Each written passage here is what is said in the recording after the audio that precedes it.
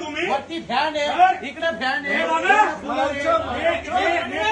तुम्हाला सांगतोय, हे माझे वडील आहे, हे बीपी पेशंट आहे, हे चौथा मजल्यावरती राहतात.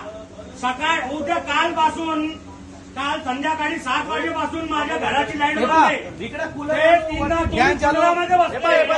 म्हणजे आम्ही काय एवढं बिल भरताय तुमच्याकडे, आम्ही